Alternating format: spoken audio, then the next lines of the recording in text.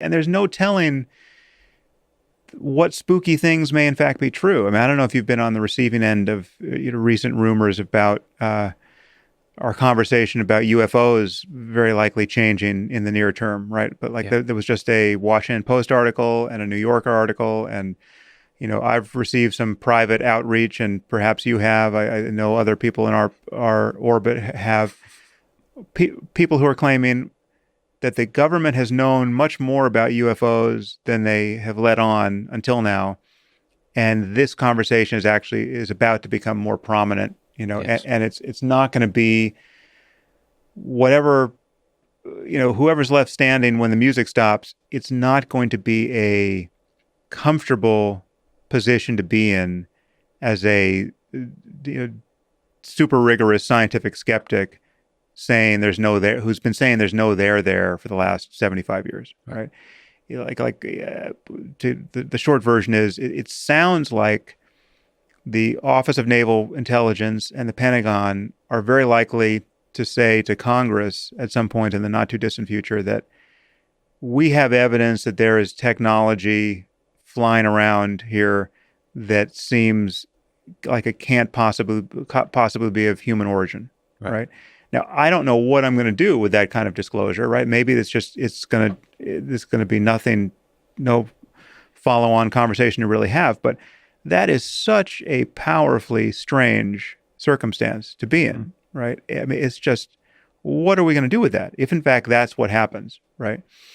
If in fact the considered opinion, despite the embarrassment it causes them, of the U.S. government, of all of our intelligence, all of the relevant intelligence services, is that this isn't a hoax. There's too much data to suggest that it's a hoax. We've got too much radar imagery. There's too much satellite data, whatever data they actually have.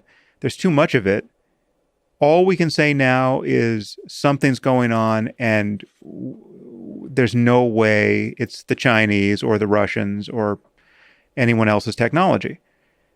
That should that should arrest our attention, So collectively to a degree that nothing in our lifetime has. And now one worries that we're so jaded and confused and distracted that it'll get much less coverage than Obama's tan suit did, yeah. a bunch of years ago.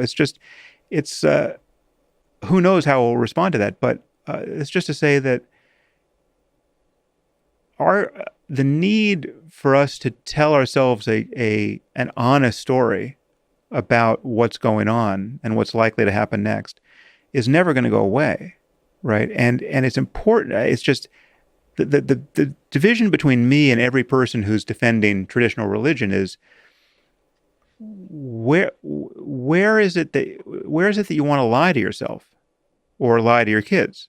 Like, where is honesty a liability? And for me, I've yet to find the place where it is, and it's so obviously a strength in almost every other circumstance because it is the thing that allows you to course correct. It is the thing that allows you to hope, at least, that your beliefs, that your stories are in some kind of calibration with what's actually going on in the world. Yeah, it is a little bit sad to imagine that if aliens en masse showed up to Earth, they would be too preoccupied with political bickering or to like these like fake news and all that kind of stuff to notice Yeah. the very basic evidence of reality. I do have a glimmer of hope that there seems to be more and more hunger for authenticity. And I feel like that opens the door for a hunger for what is real. Like that people don't want story. Like they don't want like layers and layers of like fakeness. And I'm hoping that means that will directly lead to a greater hunger for reality and reason and truth. Truth isn't dogmatism. Like truth isn't authority. I have a PhD and therefore I'm right. Hmm.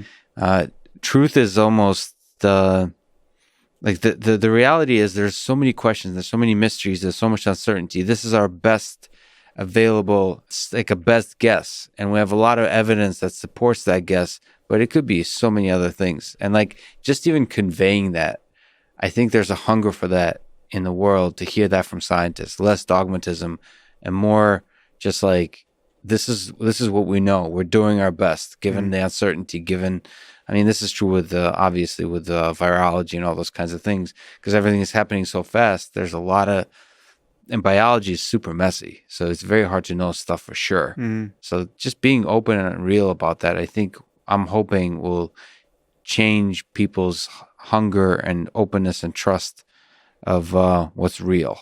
Yeah, well, so much of this is probabilistic. I mean, so much of Right. what can seem dogmatic scientifically is just you're placing a bet on whether it's worth reading that paper or rethinking your presuppositions on that Right. point. It's like it's not fundamental closure to data. It's just that there's so much data on one side, or so much would have to change in terms of your understanding of what you think you understand about the nature of the world if this new fact were so that you can pretty quickly say, all right, that's probably bullshit, right? Like, and it can sound like a fundamental closure to new conversations, new evidence, new data, new argument, but it's really not. It really is just triaging your attention. It's just like okay, you're telling me that your best friend can actually read minds. Okay, well, that's interesting.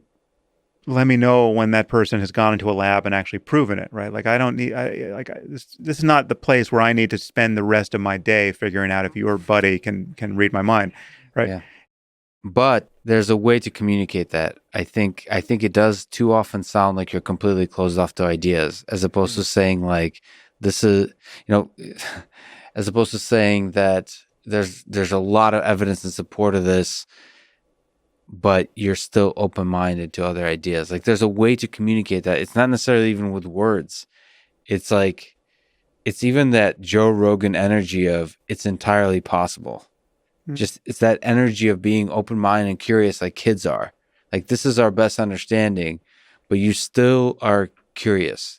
I'm not saying allocate time to exploring all those things, but still leaving the door open. And there's a way to communicate that I think that people really hunger for.